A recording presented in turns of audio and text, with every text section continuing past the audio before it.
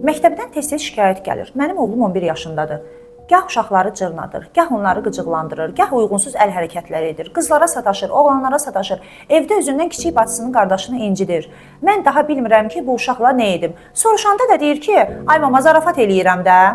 Hörmətli valideynlər, daha hansı əlamətlər müşahidə olunur bu uşaqlarda? Uyğunsuz əl hərəkətləri, uyğunsuz toxunuşlar, sosial məsafəni bilməmə, qəsdən incitmək, başqalarını cırnatmaq və nəhayət reaksiya axtarışı, yəni dopamin ehtiyacı. Elə məhz buna görə edirlər o davranışları. Həmin davranışları etdikdən sonra qarşılarındakının qıcıq olma reaksiyaları onlara həzz duyğusu yaşadır və onlar bunu əyləncə kimi görüb keyf alırlar. Əslində olan isə odur ki, bu uşaq sosial davranış qaydalarını bilmir. Harda duracağını, necə toxunacağını, kimlərlə bu zarafatı edə bilər, bunu ayırd edə bilmir.